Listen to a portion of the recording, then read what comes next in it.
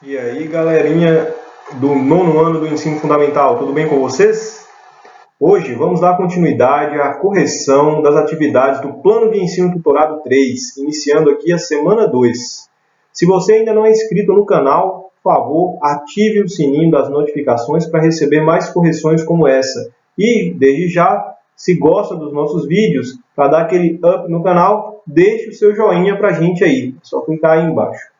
Hoje nós vamos falar sobre as características da luz de alguns fenômenos astronômicos. Vem comigo na trilha da biologia. A primeira questão é: qual a definição de luz? A luz é uma onda eletromagnética, tá? Um conjunto de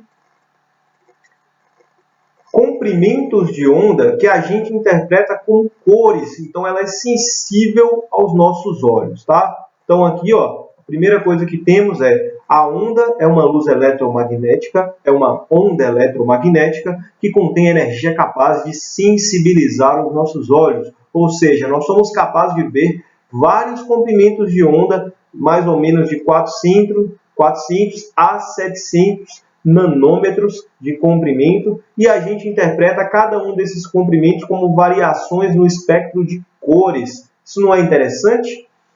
O que são os corpos transparentes, translúcidos e opacos? Dê exemplos desses corpos presentes na região onde você mora. É uma resposta um pouco pessoal que trata da capacidade da luz de passar por determinados materiais, né? Então, os materiais transparentes são aqueles que permitem a passagem completa da luz por entre eles, como um copo de água, por exemplo.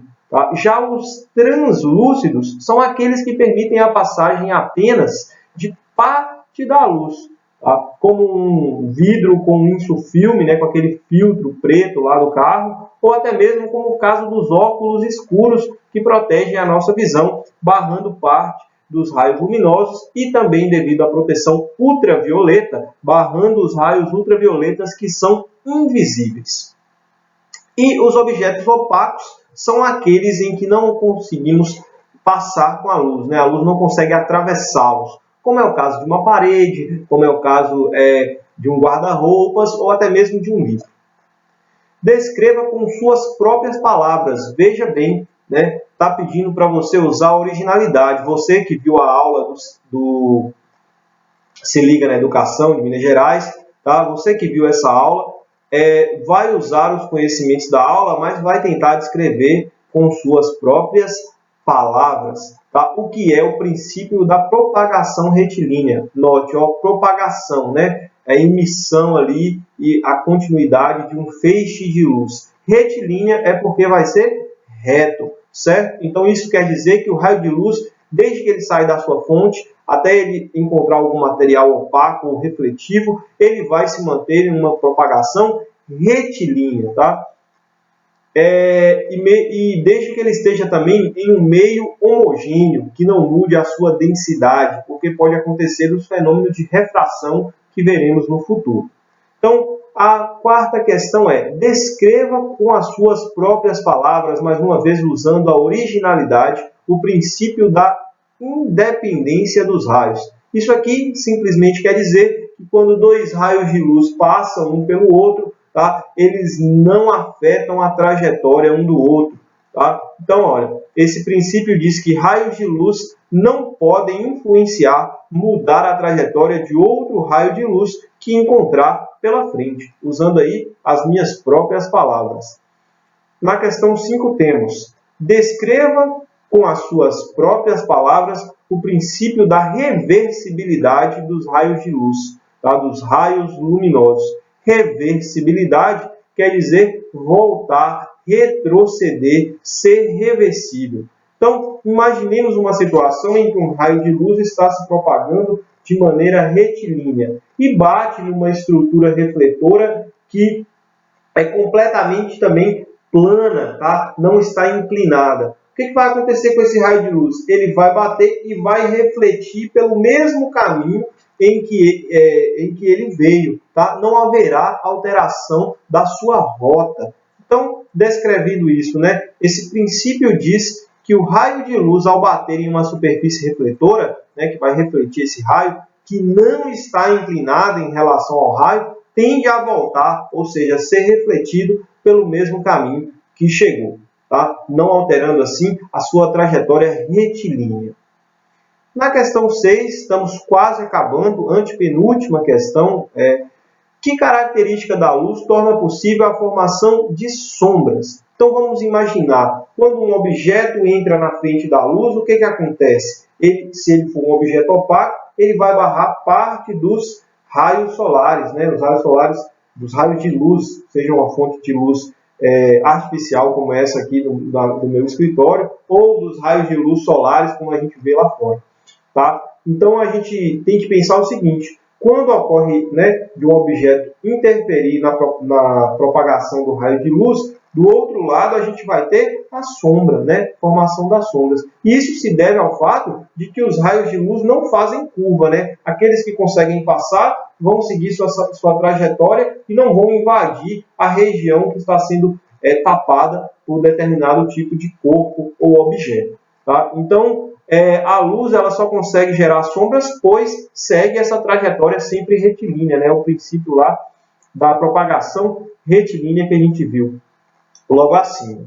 E aí a gente tem que diferenciar a sombra projetada da penumbra. Então, a sombra projetada, ou do latim umbra, quer dizer uma sombra total, né? Não dá para ver nada, tá? É um sombreamento total. Já na penumbra, não. É um sombreamento que o objeto faz, mas parcial, permitindo ainda a passagem de poucos raios de luz. Tá? Então, é isso. A gente consegue perceber isso nos fenômenos de eclipse total e parcial. Né? O local em que a gente não consegue enxergar determinado corpo celeste pela Terra está na frente, como num eclipse lunar, a gente tem aí o eclipse total, tá? Onde a gente ainda consegue ter alguns raios atingindo a luz e sendo refletidos para nós, a gente pode ter ali uma penumbra, né? Uma pequena quantidade de luz que vai permitir que a gente veja o objeto. E na questão 8, última questão da nossa correção de hoje, ela fala justamente desses fenômenos astronômicos, o eclipse lunar e o eclipse solar. Tá? O eclipse lunar acontece quando a Terra se põe entre o Sol e a Lua. Você sabe que a gente só vê a Lua porque ela reflete parte dos raios solares que está do outro lado do planeta. Tá? Então, de noite, quando a gente vê a Lua, é porque ela está refletindo parte dos raios solares, tá, que está incidindo sobre ela. É como se ela estivesse aqui nessa região. Ó. A gente enxerga a Lua quando ela está nessa região que ainda consegue receber raios solares que estão vindo do outro lado. Ó. E aí, todo mundo que estiver dessa parte do planeta aqui ia conseguir ver alguma das fases da Lua. Só que quando a Terra está perfeitamente colocada entre o Sol e a Lua, você vê que nenhum dos raios solares atinge a Lua e aí a gente não vai conseguir vê-la num fenômeno chamado de eclipse lunar. Tá? Um fenômeno astronômico no qual a Terra se posiciona entre o Sol e a Lua, não permitindo que os raios solares consigam chegar até ela, ou seja, a gente não vai conseguir vê-la, ela vai sumir e vai estar...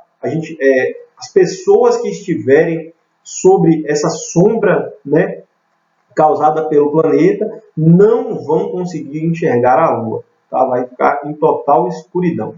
E no eclipse solar acontece um fenômeno em que a Lua se coloca, tá, entre o Sol e a Terra. Né? Os raios solares tendem a seguir a sua trajetória retilínea e ao encontrar a Lua, que é um objeto opaco, vão ser barrados.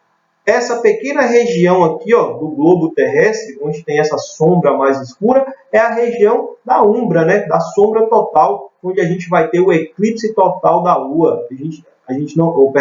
O eclipse total do Sol. A gente não vai conseguir enxergar o Sol, apesar de estar de dia. Vai ficar parecido com essa imagem aqui, ó, uma bola preta e a gente consegue ver um halo, né? Uma luz aqui ao redor, mas muito pouco, tá? O eclipse aí total, tá? Só que nesse caso, eclipse solar, quando a gente não consegue ver o Sol porque a Lua está tapando a sua visibilidade aí nessa pequena região aqui, tá? Então, ó, já no eclipse solar, é um fenômeno astronômico em que a Lua fica entre o Sol e a Terra, impedindo que determinada região consiga ver o Sol e receber os seus raios solares. Eu vou ficando por aqui, agradeço sua paciência e sua audiência, e não esqueça de deixar o seu joinha, e até a próxima semana. Valeu, galera!